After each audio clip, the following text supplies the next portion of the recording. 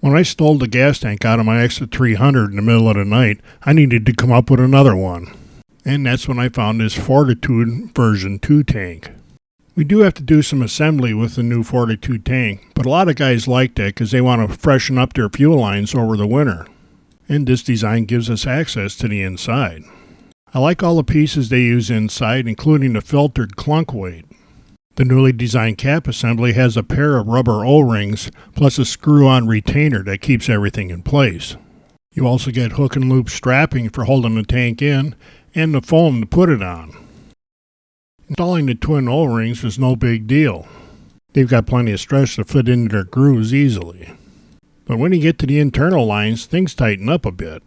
The pickup line is intentionally very tight on the nipples so it doesn't fall off. I tried holding the tube tightly in my hand to try and warm it up some, but that didn't help.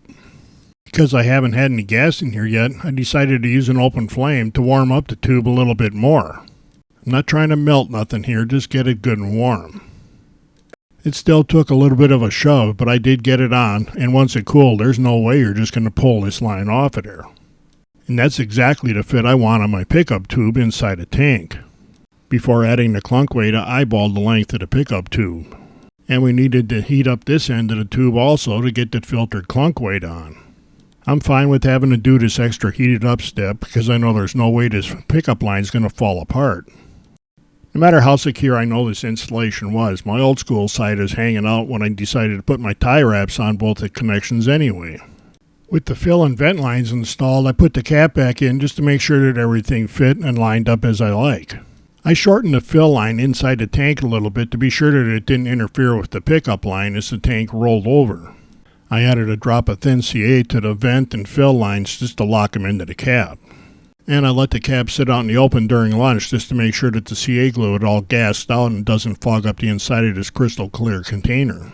I had left the lines and mounting from the old tank in the plane, so when I mounted the new Fourtitude tank, that went very easy.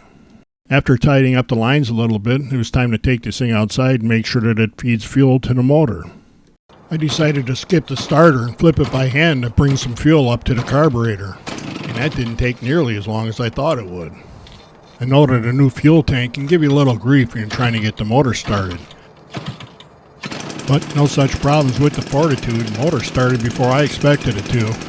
After letting the DA50 warm up good, I felt like it was running a little bit rich, so I leaned the motor out just a tick, less than a 1/16 of a turn. For now, the high end sounded fine, so I left that alone. To find out any more, we had to get this to the field to fly it. At the field, the carburetor settings didn't seem to have changed very much. The motor responded to throttle well and seemed happy in the air. And no hiccups during my snap roll on takeoff. After the motor seemed perfectly happy flying wide open throttle straight and level, I decided to throw it around a little bit. And the motor still seemed pretty happy. I've had planes that throwing them around like this is how I learned how to do dead stick landings. But with the version 2 Fourtitude tank in it, the DA50 seems perfectly happy no matter what I did with it. Flew it around inverted for a while and the motor never changed at all.